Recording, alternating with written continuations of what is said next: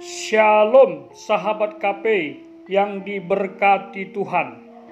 Tahukah sahabat bahwa setiap orang percaya diberikan karunia khusus oleh Roh Kudus? Hal ini tercatat dalam 1 Korintus pasal 12 ayat 8 sampai 10. Ada 9 karunia dalam ayat tersebut. Antara lain ialah 1. Berkata-kata dengan hikmat. 2. Berkata-kata dengan pengetahuan. 3. Iman. 4. Menyembuhkan. 5. Kuasa untuk mengadakan mujizat. 6. Bernubuat. 7. Membedakan bermacam-macam roh. 8. Bahasa roh. 9. Menafsirkan bahasa roh.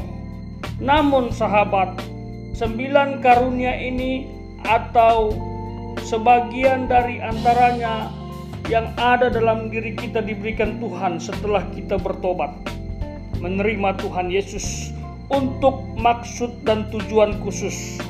Tetapi ini tidaklah aktif secara otomatis tanpa ada upaya dari kita. Orang percaya tersebut harus mengasahnya agar karunia tersebut aktif berperan untuk melakukan sebuah karya ajaib. Oleh sebab itu hari ini kita akan belajar langsung bagaimana cara mengaktifkan karunia Roh Kudus ini, tentunya bersama hambanya Evangelis Daud Tony.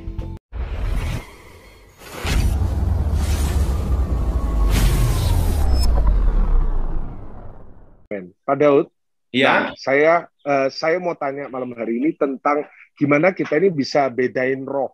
Nah, kan Pak Daud kan pernah bilang sama saya, gimana cara kita bedain orang ini palsu atau enggak, yaitu lewat bedain rohnya. Nah, gimana bedain roh? Karena beberapa waktu yang lalu ada yang WA ke saya, dia bilang ke saya, kamu hati-hati loh sama pendeta-pendeta yang bisa ngusir-ngusir setan. Takutnya mereka kerja sama setan, ngomongnya kayak gitu.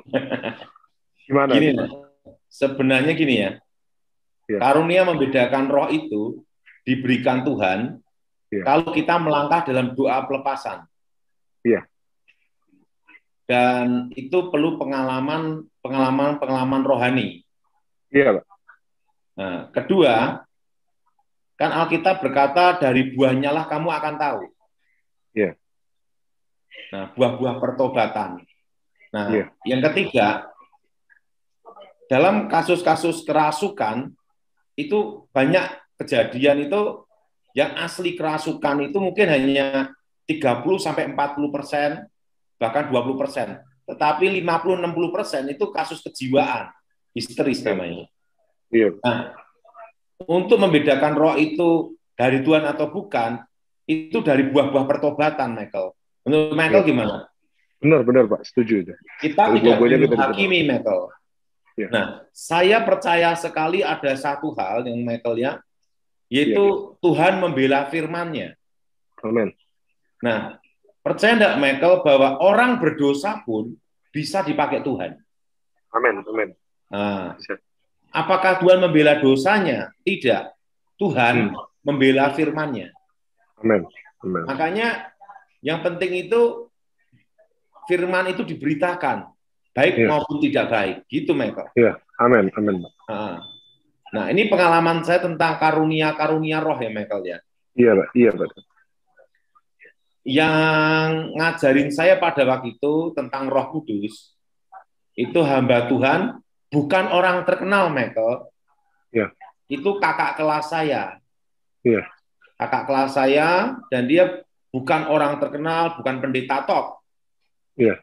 Nah, waktu itu saya tanya sama dia, bagaimana supaya karunia roh itu bekerja? Iya. Nah, dia ngajarin saya satu aja. Kunci utama harus mengalami baptisan Roh Kudus. Iya. Karena karunia bahasa roh itu adalah kunci untuk mengaktifkan 9 karunia. Bahasa roh itu untuk mengaktifkan. Jadi kuncinya itu kalau dibaptis Roh Kudus dengan tanda mula-mula bahasa roh. Iya.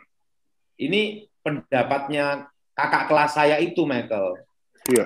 Karena kan saya kan paham teologinya kurang kurang dalam gitu loh, Michael. Iya, benar. Saya kan hanya taunya dasar-dasar iman, Michael. Iya. Dan menurut saya itu sudah cukup dalam hidup saya. Gitu. Iya. Nah, apa yang terjadi? Dia beritahu saya, kalau engkau mengalami baptisan Roh Kudus dengan tanda mula-mula bahasa roh, karunia roh itu harus dikobarkan dan bahasa roh itu diaktifkan setiap saat harusnya. Iya. Dan hubungan pribadi dengan Tuhan. Roh ketemu roh namanya. Ya. Allah itu roh, sembahlah dalam roh dan kebenaran. Amin. Amin, amin. Tapi bahasa roh itu digunakan untuk doa pribadi. Iya, Pak. Nah, jangan di tengah jalan berdoa bahasa roh. Dikira orang gila dari mana. Benar, benar. Setuju, Michael? Setuju banget, Pak. Nah, setelah saya mengalami baptisan Roh Kudus dengan tanda mula-mula bahasa roh, iya, Pak. Saya tanya sama dia, bagaimana tentang pengaktifan karunia? Iya. Waktu itu dia beritahu saya gini, tentang karunia itu adalah seperti pelangi. Pelangi itu satu tapi cahayanya macam-macam. Iya. Nah, dan dia beritahu saya, Roh Kudus itu adalah sumber dari 9 karunia. Betul nggak, Michael? Ya. Betul, Pak. Nah, dia beritahu saya, ya. Roh Kudus adalah sumber dari 9 karunia. Nah, pasti, amin. Kalau Roh Kudus ada di dalam diri kita, secara otomatis sebenarnya 9 karunia itu sudah ada. Amin. Amin. Tapi harus diaktifkan, yaitu harus melangkah. Iya. Nah, waktu itu saya bingung, bagaimana saya harus melangkahnya. Dia tanya sama saya dulu, lah kamu ingin gimana? Mau pelayanan apa? Saya ingin melayani di kesembuhan ilahi. Ya, kan semua harus dicoba. Saya katanya melangkah. Ya. Dia beritahu saya, carilah orang sakit. Nah, di mana?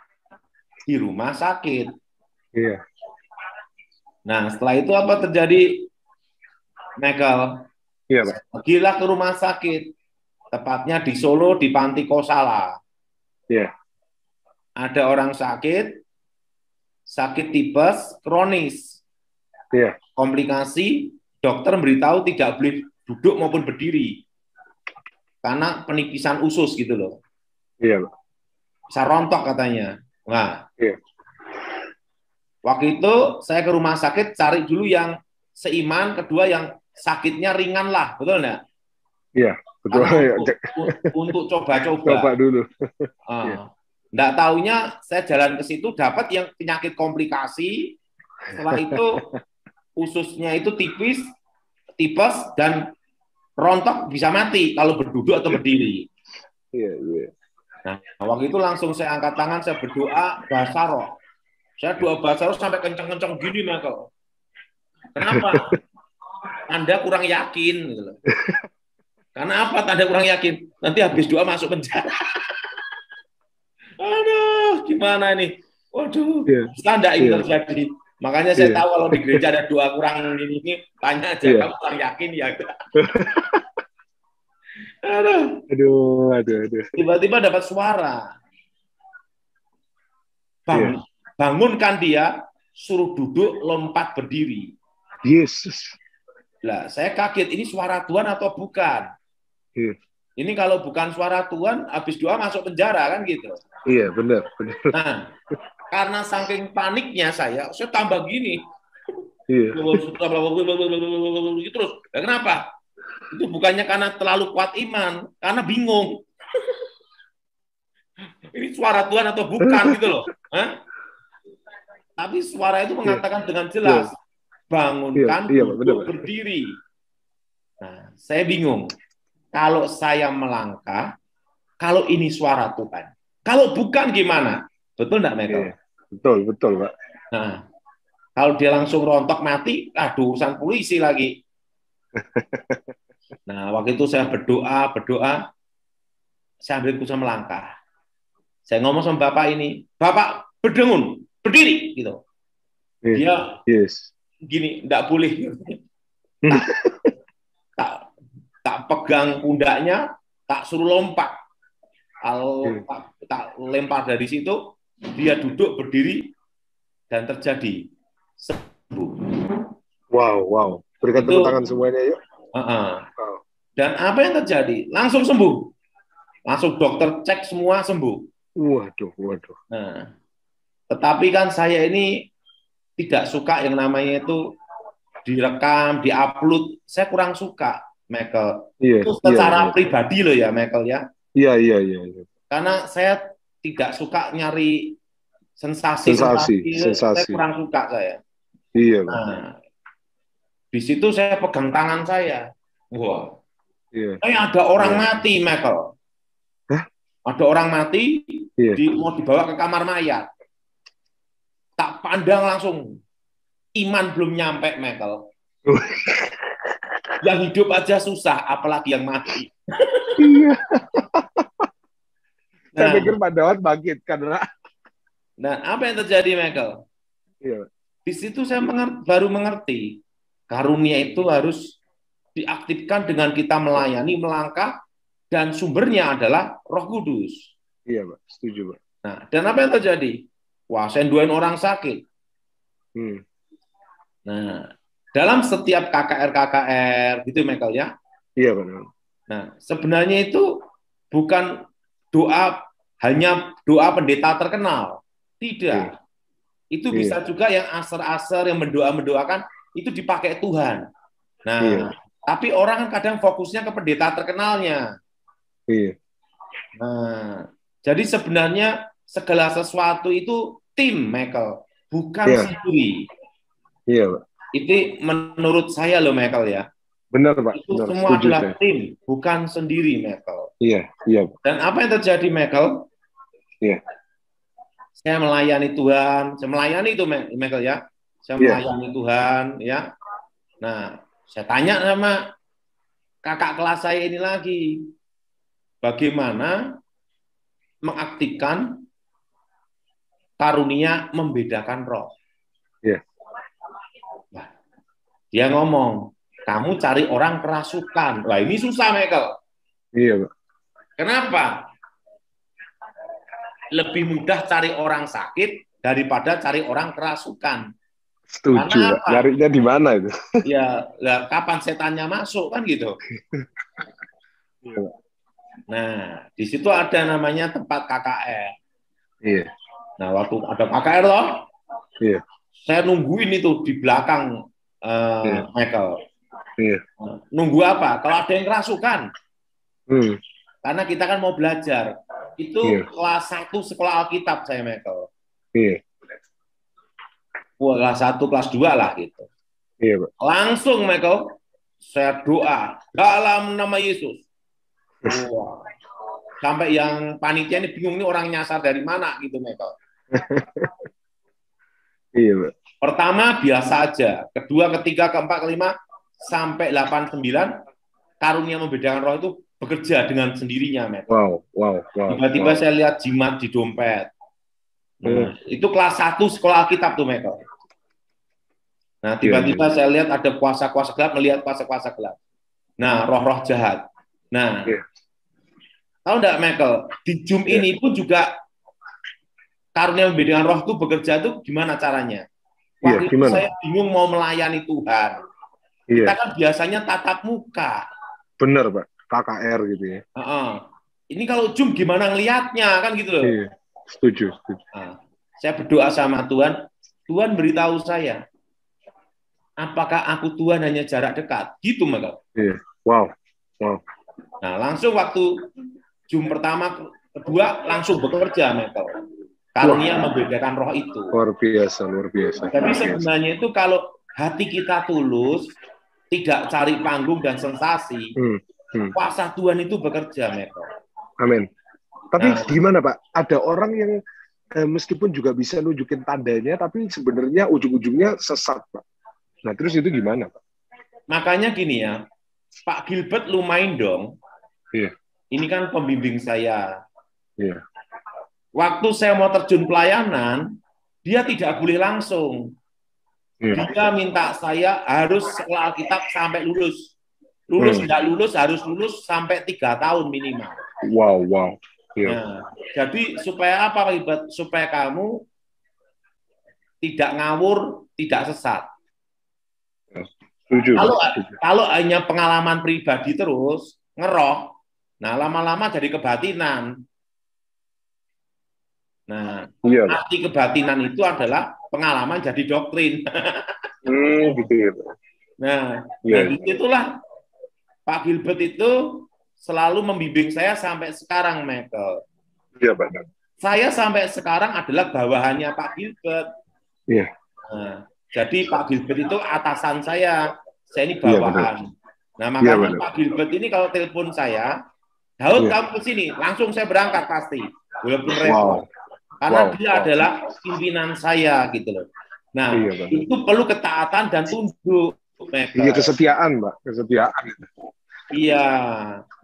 Dan ingat, Michael, iya, walaupun kita sehebat apapun, harus kita hormat, menundukkan kepada pemimpin gereja.